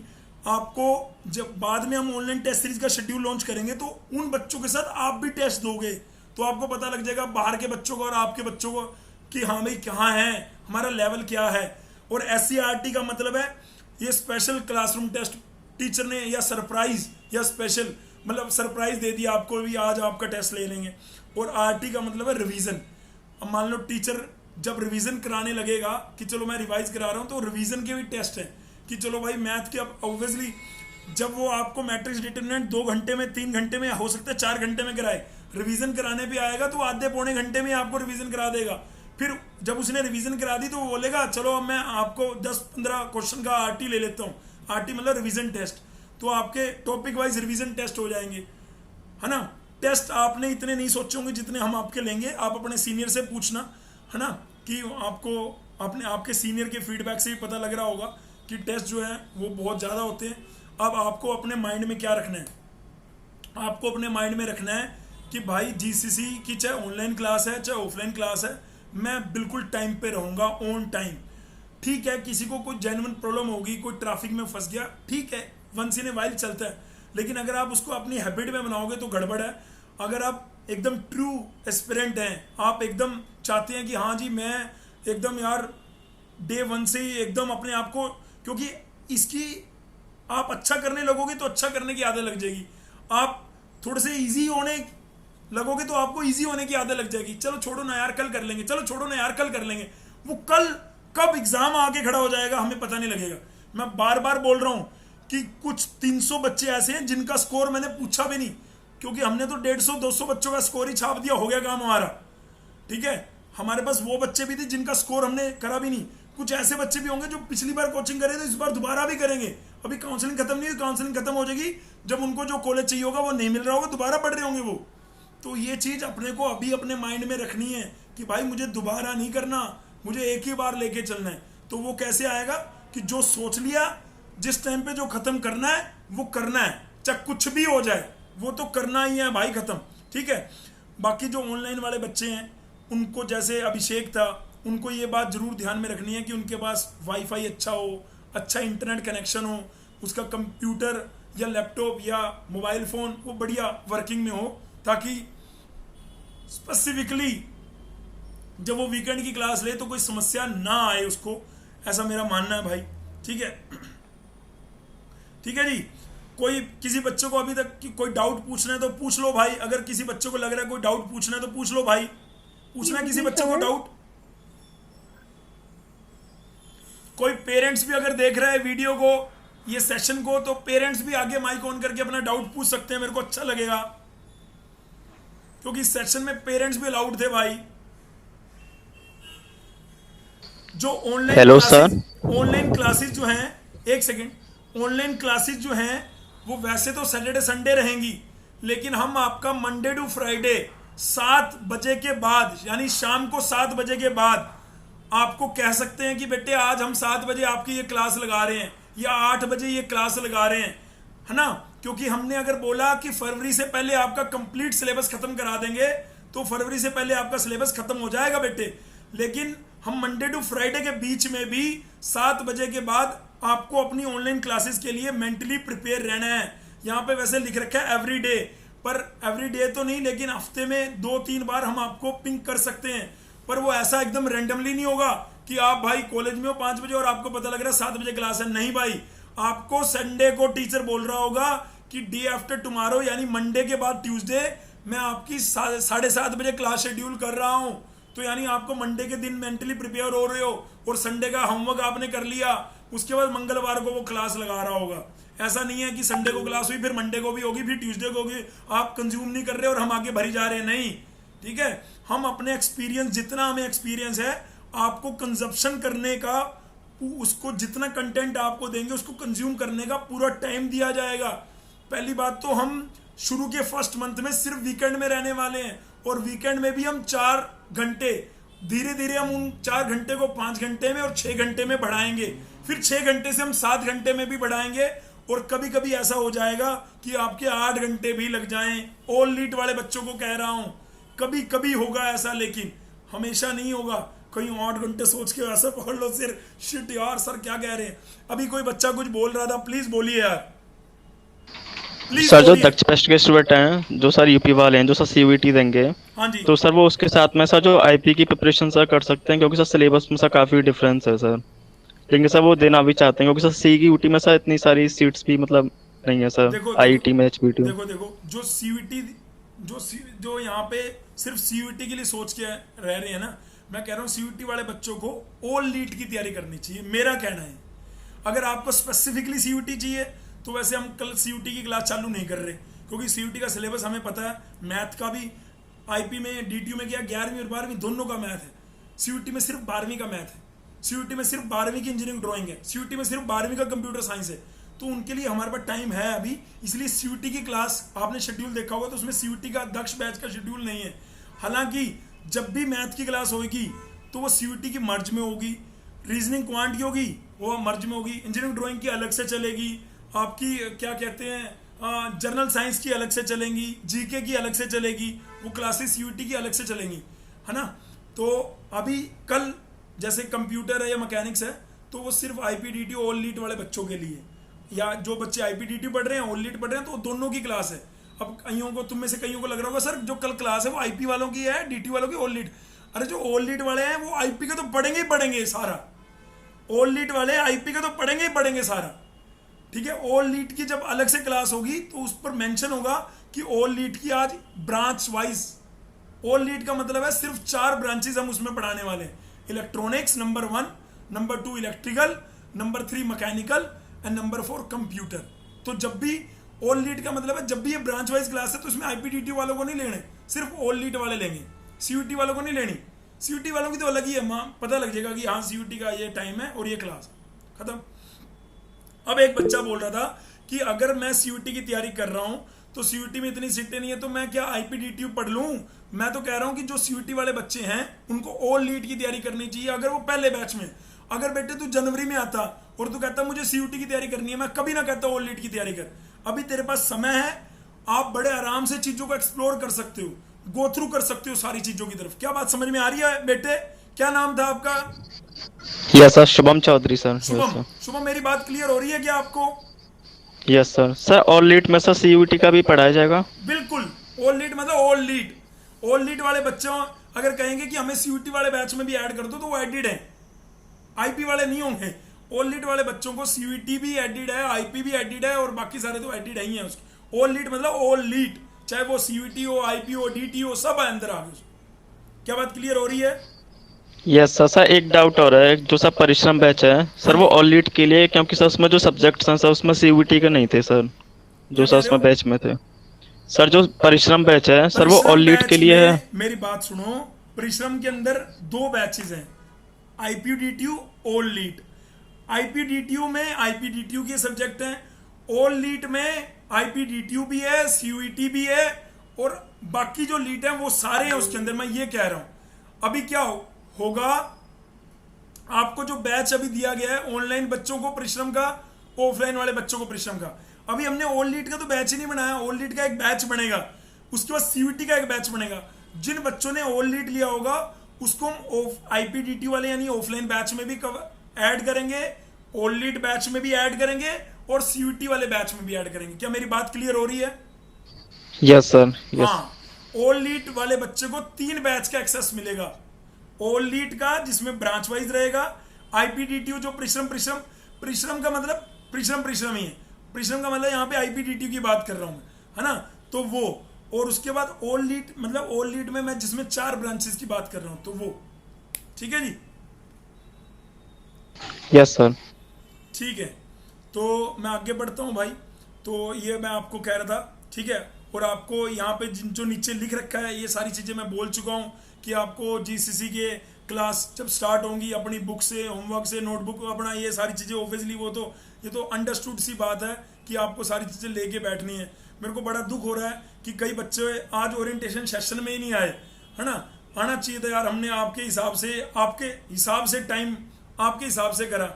अगर आप ऑनलाइन क्लास ले रहे हो तो आपको ऐसा नहीं करना जी कि आप भाई किसी भी मतलब जैसे अभी अंशिका से बात हो रही थी तो एकदम साउंड और ट्रैफिक नज़र आ रहा था, शायद वो बाहर थी या जो भी था, है ना। प्रेजेंटेबल फॉर्म में नहीं होगी। अगर मैं उसको कह देता बेटे अपना कैमरा ऑन कर, तो कैमरा ऑन करने से हिचकिचाएगी। यानी अगर आप क्लास प्रेजेंटेबल फॉर्म में नहीं बैठ के लोगे ना, तो बेटे आप हमसे कंसंट्रेट होके बात को सुन ही नहीं पाओगे। यानी आपने अपने माइंड को ट्रेन ही नहीं किया क्लास के लिए। आपको बिल्कुल प्रॉपर अपना यूनिफॉर्म, जो कहते हैं ना कॉलेज जाने के लिए आप या जब घर पे रात को सोते हो तो आपके कपड़े कुछ और होते हैं, जब आप सुबह कॉलेज जाते हो तो आपके कपड़े कुछ और होते हैं। क्यों कपड़े क्यों चेंज करते हो? क्योंकि आप प्रेजेंटेबल फॉर्म में रहना चाहते हो। तो ऐसे ही ऑनलाइन क्लास में भी आपको बेशक कैमरे के पीछे बैठे हो, आपको ऑनलाइन क्लास को अगर बिल्कुल इफेक्टिव बनाना है तो आपको ऑनलाइन क्लासेस को भी प्रेजेंटेबल फॉर्म में रखना पड़ेगा। कभी भी टीचर बोले बेटे अपना कैमरा ऑन करो, अपने बारे में बताओ, ये करो वो करो, तो आप फटाफट बताओगे। बेटे दिखाओ मेरे को क्या क्या नोट किया तूने, तो आप फटाफट ये लो सर जी ऐसे कर दोगे। तो यहाँ से क्या होता है, क्लास का इंटरेक्शन बढ़िया होता है। यहाँ से टीचर को लगता है कि मैं ऐसे नहीं कुछ भी बोल रहा हूँ, मैं जिंदा लोगों के बीच में कुछ बोल रहा हूँ, है ना। ऐसा रहना चाहिए। मेरे को नहीं पता तुम लोग बोल रहे हो कि नहीं। हाँ जी सर, वो एक्चुअली मेरी इंटर्नशिप थी तो इसलिए मैं वापस आ रही थी, तो काफ़ी लेट हो गया था, इसलिए मैं वो आप बोल रहे थे कुछ पढ़ने के लिए तो वो पढ़ नहीं पाई थी उस टाइम। अच्छा। आप कुछ है तो बता दो आप। नहीं, अरे कुछ नहीं ऐसा था वहां पे। वो तो मैं उसमें पढ़ के मतलब आप सुन तो रहे थे ना मेरे को। Yes sir. ठीक है, फिर भी अगर आपका कोई डाउट हो जो आप उस टाइम पे ना पूछ पाए हो तो आप दोबारा पूछ लीजिए। नहीं सर, ऐसा कोई डाउट नहीं है अभी तो। आपके पेरेंट्स ने कुछ बोला हो यार सर से ये चीज पूछनी थी, वो रह गया हो, या आप ऑफलाइन विजिट करे थे इंस्टीट्यूट? Yes sir. पता नहीं कई बच्चे मेरे को याद है भाई, कई तो ऑफलाइन विजिट करे थे, कई घर पे ही बैठ के जिन्होंने रजिस्ट्रेशन करा था, तो उनसे कल मिलना होगा। ऑफलाइन वाले बच्चों से कल मिलना होगा, ठीक है। बाकी ऑनलाइन वाले बच्चों के लिए ये जो स्लाइड थी वो ऑनलाइन वाले बच्चों के लिए थी मेनली, क्योंकि ऑफलाइन वाले बच्चे तो बेटे यहाँ पे पूरे बन के आएंगे। बाकी नहीं तो हमारी जिम्मेदारी है कि क्या है, ये सामने आपका टीचर बैठा है, ठीक है, सामने यहाँ पे आपकी टीचर बैठी है। आपको हमेशा टीचर को रिस्पेक्टफुल रहना चाहिए। आपको ये बताने की नहीं बात होती, ये तो ऑब्वियसली बात है कि अगर आप अपने टीचर को टीचर वाला स्पेस या दर्जा दोगे तो टीचर से आप खूब ज्ञान हमेशा ले सकते हो ना। टीचर से अगर आपको लगे कि यार कि कोई मिस्टेक हो भी गई है तो आप मैनेजमेंट को बोलो, आपको टीचर को नहीं कुछ भी कहना है।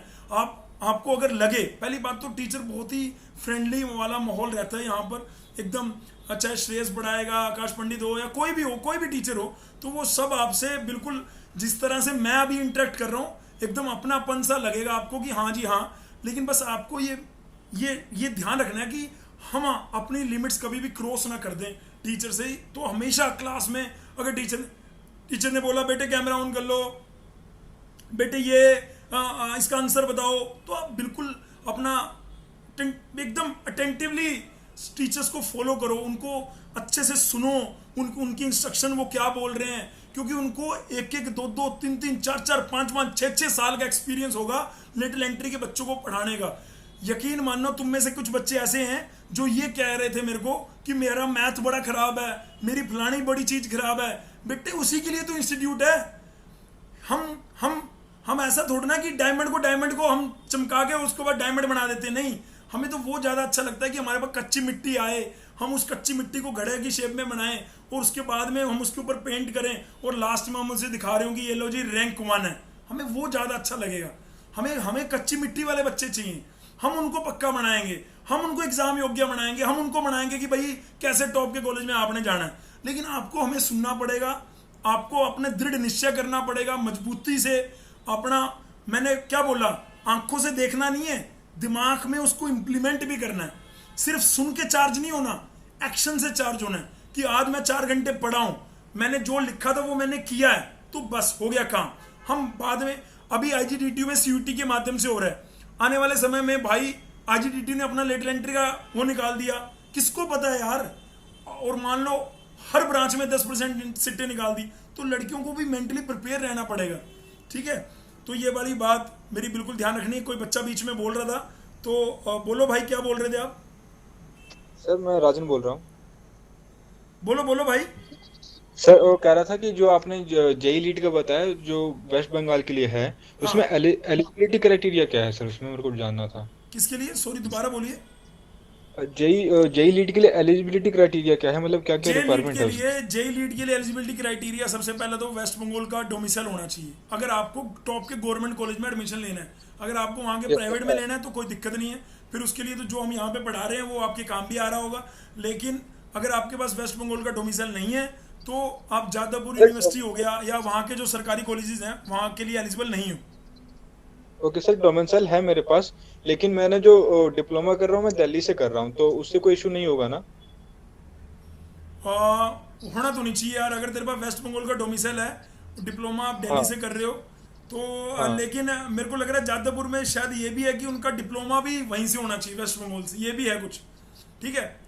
लेकिन ये सारे सरकारी कॉलेजेस में होगा ऐसा मैं नहीं कह रहा हूँ, लेकिन जादवपुर यूनिवर्सिटी के लिए क्योंकि मैंने पर्टिकुलर पढ़ा था उसके बारे में, तो उसमें शायद ये भी है कि डिप्लोमा भी आपका वेस्ट बंगाल से होना चाहिए, ठीक है। इसके लिए अपन अभी आपके पास पूरा साल है, टाइम है, कोई दिक्कत नहीं है आपको डरने की। जो भी बच्चे यहाँ पे सुन रहे हैं ना, आप पूरे हिंदुस्तान में जो भी लीड बोलोगे उसकी जो एलिजिबिलिटी होगी, काउंसलिंग होगी, आपको हर चीज बताएंगे, सिरे से लेकर लास्ट तक बताएंगे आपके साथ। बिल्कुल ऐसा, मतलब आप किसी भी टाइम फोन करके हमें, वो जब ग्रुप बन जाएंगे ना तो आप देखना, आपने अगर हमें मैसेज करा तो हम कैसे रिप्लाई कर रहे हैं आपको पता लग रहा होगा यार। अपने सीनियर से पूछना यार, अपने सीनियर से पूछना, तो वो आपको बताएंगे। अभी आपने शायद सिर्फ यूट्यूब देखा है, उसके अलावा अभी आपने कुछ देखा नहीं, अभी वो देखोगे तो धीरे धीरे पता लग जाएगा। यहाँ पे लिख रखा है कि अगर ऑनलाइन क्लास है तो आपको लगता है कि आपके बैकग्राउंड में नॉइस है, डिस्ट्रैक्शन है, जैसे वो अभी बच्चा ट्रैफिक में था तो उसको अनम्यूट करना ही नहीं अपने आप को, और वो लिख दे, है ना, नीचे लिख दे, ताकि वो पूरी क्लास जो है वो बोदर ना हो। सारी क्लास में टीचर जो है वो बढ़िया से अपना लेते रहें। और आपको अगर कोई प्रॉब्लम आ रही है, कोई चीज़ समझ नहीं आई, अपना रेज हैंड का ऑप्शन है, चैट में लिखने का ऑप्शन है, वो लिखो आप, कोई दिक्कत नहीं है, वो अपना बताओ और बढ़िया से होगा। लेकिन जब भी आप चैट में कुछ भी लिखो तो आप रिस्पॉन्सिबिलिटी से लिखो। ऑब्वियसली इसमें लड़के भी हैं, लड़कियां भी हैं, आप लोगों को पता नहीं लगता फन में किस चीज़ को, किस बच्चे को क्या बात गलत लग जाए। जैसे मैंने शुरू में लिखा कि मैं जय माता दी बोलो, तो अगर किसी को जय माता दी बोलने में दिक्कत थी तो इसलिए मैंने बोल दिया साथ ही साथ में कि आप जय भारत जय हिंद कुछ भी बोलो, हमें कोई दिक्कत नहीं, वो जस्ट ग्रीटिंग है, हम दोनों का आदान प्रदान है, हम दोनों चाहते हैं कि आप लोग हमसे कनेक्टेड हो। कई टीचर क्या जैसे पढ़ाएंगे और वो बोलेंगे फटाफट आंसर टाइप कर दो भाई, है ना, तो तुम फटाफट आंसर टाइप कर दोगे तो एक इंटरेक्शन बढ़िया होता है, ऐसा लगता है क्लास चल रही है ना। लाइव क्लास का मजा तभी तो लेंगे कि इधर टीचर ने बोला उधर फटाफट टाइप कर दिया। लेकिन टाइप करते करते, क्योंकि आप लोग तो बच्चे हो, तो आप टाइप करते करते कोई ऐसी चीज ना टाइप कर दो जिससे कि दूसरे बच्चों को दिक्कत हो, वो बिल्कुल भी एक्सेप्टेबल नहीं है। आपने हमारा प्यार देखा है तो आपको हमारा गुस्सा भी देखना पड़ेगा, और हमारा गुस्सा थोड़ा अच्छा नहीं है। मैं डरा नहीं रहा, मैं बता रहा हूँ, है ना, मैं बिना किसी बात के तो डांटता नहीं बेटे, लेकिन अगर आप कोई रीज़न रहेगा, आप क्लास में लेट आएंगे तो आपको डांट भी दबा के पड़ने वाली है, आपके कान खींचे जाएंगे यहाँ पे। हम ऐसा नहीं है कि प्यार से पुचकारते रहेंगे, आपको झंझोरना होगा तो झंझोरेंगे, आपको कोसना होगा तो कोसेंगे, और आपको अगर हमें लगेगा कि हाँ जी ठीक है जी ठीक है, समझ रहे हैं आप सारी बातें, ऐसी बात नहीं है, आप तेज हैं आप लोग भी यार, है ना भाई, समझ रहे हैं ना कि मतलब सर डांट भी सकते कभी कभी, ठीक है। बी फुली प्रेजेंट, एकदम अटेंशन, पार्टिसिपेट करना है, और अपने अगर आपको डिस्ट्रैक्शन जो है दूर करना है। कई बच्चे आपको कहेंगे यार सैटरडे का प्लान है, फ्राइडे के बाद आपको मैसेज आ रहा होगा यार मेरा सैटरडे का प्लान है, तो आपको सैटरडे के प्लान को हटाना पड़ेगा। जैसे आपके बड़े भाई ने, जैसे मैंने, मेरे लास्ट 12-13 साल से कोई सैटरडे कोई संडे नहीं है। ऐसा नहीं है कि मेरे दोस्त नहीं है, मेरे मित्र नहीं है, लेकिन मेरी प्रायोरिटी सैटरडे संडे के अलावा मैं उनको कहता हूँ कि मंडे टू फ्राइडे में इवनिंग में रख लो यार। वो कहते हैं जी वो तो हमारे वर्किंग डे हैं। मैंने कहा जी सैटरडे संडे मेरा वर्किंग डे है ना। तो हम किस तरीके से, इवन मान लो मेरे 2 बच्चे भी हैं, मेरी वाइफ है, मेरे 2 बच्चे हैं, अगर वो मेरे को बोलें कि मुझे टाइम चाहिए तो मैं भी उनको टाइम वर्किंग डे में इवनिंग टाइम में दे सकता हूँ। मैं सैटरडे संडे में नहीं दे सकता, उनको पता लग चुका है ना। तो मेरी क्या प्रायोरिटी सेट है कि भाई मैं तो यार ऐसा शख्स हूँ, छोड़ो यार, मैं आपको अभी अपने बारे में नहीं कुछ बताना चाहता। रिमूव डिस्ट्रैक्शन का। हाँ जी please. Good evening sir. Good मुझे ये evening. पूछना था कि हमें फीस कहाँ पे करनी है और बुक्स वगैरह हमें कैसे मिलेंगी। मैंने जस्ट रजिस्ट्रेशन किया है, उसके आगे का प्रोसेस मुझे उसके पता नहीं अगले है। का प्रोसेस ये है कि बेटे आप ये नंबर है तुम्हारे पास, ये वाला नंबर है तुम्हारे पास, ये 2 नंबर है इस पे लिखे हुए, दिख रहे हैं नंबर? Yes sir. इन 2 नंबरों पे किसी भी नंबर पे आप व्हाट्सएप करो, बोलो कि मुझे आगे फीस जो है वो पे करनी है, बुक्स चाहिए, आप दूर रहते हो, अपना एड्रेस लिखना है जैसे अर्शदीप ने लिखा होगा। तो बस आपको जब आप उस नंबर पे, इन दोनों में से किसी भी नंबर पे अगर आप मैसेज करोगे कि मैं इस ऑनलाइन बैच में या ऑफलाइन बैच में हूँ, मुझे फीस पे करनी है, तो आपको फ़ी की डिटेल आएगी, वहाँ पे करोगे, स्क्रीनशॉट शेयर करोगे, उसके बाद मैम होंगे या हम होंगे या कोई भी होगा तो वो आपको कहेगा कि आप अपना एड्रेस सेंड करो। आप अपना एड्रेस सेंड करोगे, आप उसमें IPDT पढ़ रहे हो तो 3 किताबें आपके पास जा रही होंगी। 3 किताबों में यानी आपके पास मैथमेटिक्स की, मैं बुक्स भी 1 सेकंड रुको, मैं आपको, ये ऐसी कुछ बुक्स होंगी, वैसे उसके पास पहुंच गई हैं, क्या कहते हैं यार, ये ऐसी कुछ किताब होंगी, उसके टॉप पे यहाँ पे लिखा हुआ है, ये दिख रहा है आपको, मैथमेटिक रीजनिंग, शायद उल्टा दिख रहा होगा। तो ऐसे mathematic reasoning, mechanics and chemistry और कंप्यूटर एंड फिजिक्स, ये 3 है IP के लिए। ऑल लीड की अगर कहेंगे तो ऑल लीड में, ऑल लीड ब्रांच वाइज है, इसमें कुछ टीचर के नोट्स भी हैं, पर वो नोट्स अभी आपको क्लास में नए सिरे से बनाने हैं। अदरवाइज इसमें प्रैक्टिस करने के बेअंत क्वेश्चन है, बस आपको प्रैक्टिस करने के क्वेश्चन मिलेंगे, और वो क्वेश्चन का लेवल सिर्फ लेटल एंट्री वाला रखा हुआ है, नहीं तो किताब में कहीं आपको JEE मेंस वाला दिख रहा होगा। मतलब क्वेश्चन में आपको कमी नहीं मिलने वाली, क्योंकि ये आजकल ऑनलाइन में ऐसा है कि आपके पास कंटेंट की कमी नहीं होने वाली। तो कोई कहेगा यहाँ से, तो आपको ये नहीं देखना, आपको हम जो दे रहे हैं वो एग्जाम के लिए मोर देन सफिशिएंट है। हम खुद कह रहे होंगे, जब आप बोल रहे हो कि मैंने किताब के क्वेश्चन लगा लिए, असाइनमेंट हो गया, DPP हो गया, सब हो गया, तो हम आपको बोल रहे होंगे कि बेटे पहली बात तो ऐसा होगा नहीं कि आप हमारे करे हुए सारी चीज़ें कर लो, लेकिन अगर बाय चांस लास्ट में आपने कह भी दिया कि हमें और चाहिए, तो वो हमारे पास आपके लिए तैयार है। हमने जो आप तैयार करी हैं चीज़ें, वो जो लेटेस्ट यानी 2019, 20, 21 और 22, यहाँ पे जब ऑफलाइन आओगे तो यहाँ पे आपको रवि भैया, मुस्कान दीदी, ये लोग मिलेंगे। ये लोग सिर्फ आपके पुराने पेपरों से ही चीज़ें तैयार कर रहे हैं और वो लगातार करते चले जा रहे हैं, और वो हम आपको पिरो के देने वाले हैं। लेकिन वो कैसे मिलेंगे, वो आपको ऑनलाइन ही है। ऑफलाइन वाली भी तो जो किताबें ऑलरेडी पहले से छप रखी थी वही आपको मिल रही होंगी। जैसे ही अलॉट खत्म होगा तो हमारे नए सिरे की जो चीज़ें हमने बनवाई हैं वो आ रही होंगी, लेकिन आपको फिलहाल उनकी सॉफ्ट कॉपी सबको मिल रही होगी, कोई दिक्कत नहीं है, कोई समस्या नहीं है, ठीक है। तो इस बच्चे ने बोला कि फीस का आगे क्या प्रोसेस है, मैंने बता दिया कि बस आपको व्हाट्सएप पे डालना है, जी मैं इस बैच की हूँ, ऑफलाइन या ऑनलाइन। ऑफलाइन वाले बच्चे तो यहाँ इंस्टीट्यूट में आएंगे, वो क्लास लेके देखेंगे, बढ़िया है तो अपना किताबें चालू कर दे, अपना टाइम उनका बिल्कुल वेस्ट नहीं करना, अपने को अपना जो चालू करते रहो, अपना काम और हो जाएगा, ठीक है जी। किसी बच्चे को कोई डाउट, मेरे होप, ये क्या नाम था बेटे आपका? सर नेहा कुमारी। नेहा, सर मैं ये कह रही थी कि जैसे मेरा ऑनलाइन बैच है बट मैं दिल्ली से ही हूँ, तो कल मैं विजिट कर सकती हूँ मतलब बुक्स वगैरह के लिए? तो कल क्लास नहीं लोगे आप? सर क्लास के बाद विजिट कर लेना, बिल्कुल कर सकते हो। Yes sir. जैसे कल क्लास है, कल क्लास के बाद आप विजिट कर लेना, कोई दिक्कत नहीं है, ठीक है जी। Okay sir, thank you sir. ठीक है। और कल क्लास के बाद परसों का आपको शेड्यूल वहाँ पे ही पता लग रहा होगा।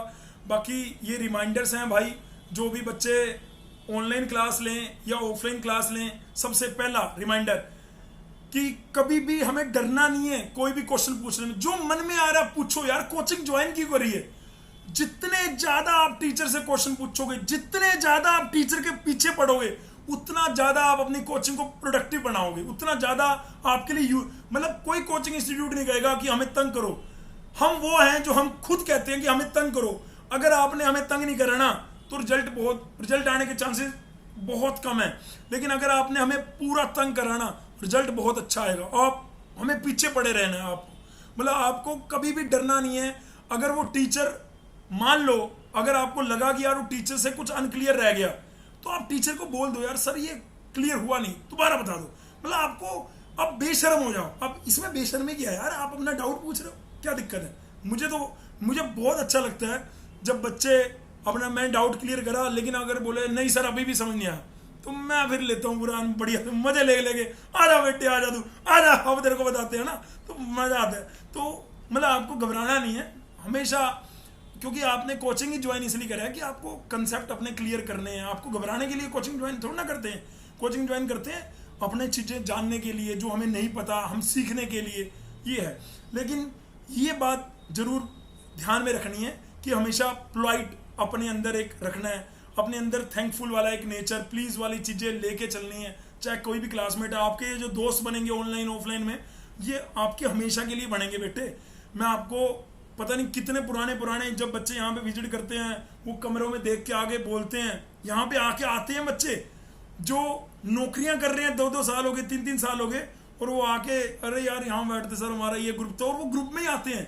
मतलब कोई कहाँ कंपनी में है, कोई किस कंपनी में है, तो वो एक मीटिंग पॉइंट करते हैं कि चलो आज सैटरडे संडे यार जीसीसी या मुंजाल सर से मिलके आते हैं, तो हमें बहुत अच्छा लगता है। तो ऑफलाइन वाले बच्चों को भी मैं मिलवाता हूँ आपके सीनियर से।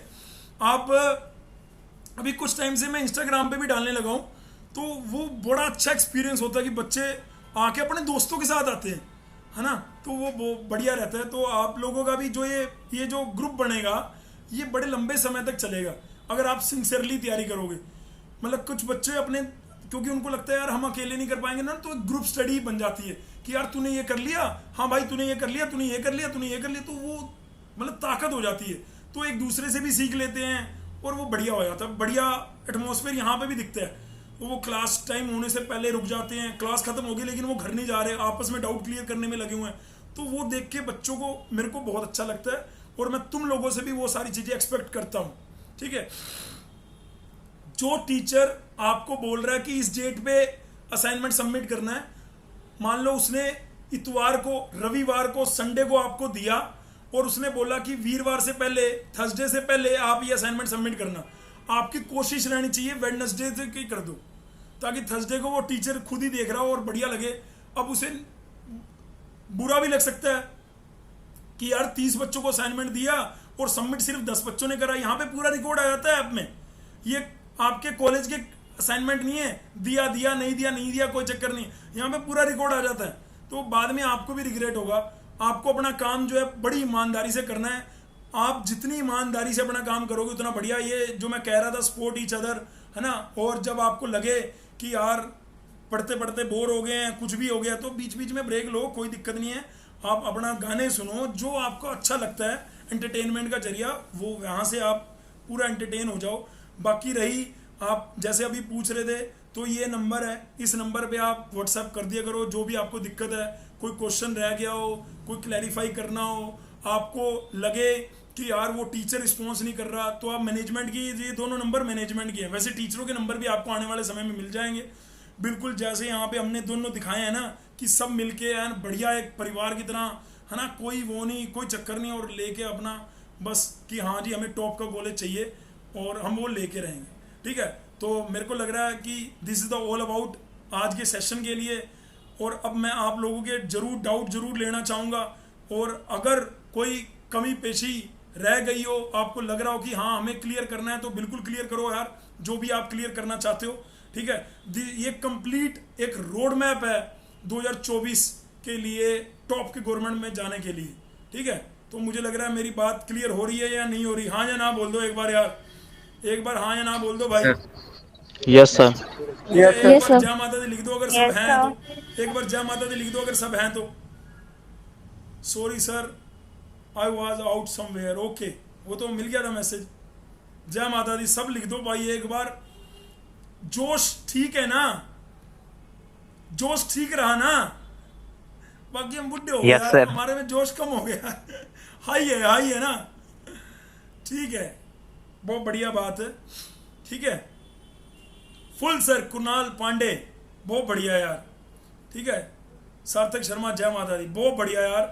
तो आपको अगर कोई डाउट है तो प्लीज़ बोलो भाई, अगर आपके माइंड में कोई डाउट है तो प्लीज़ बोलो, कोई दिक्कत नहीं।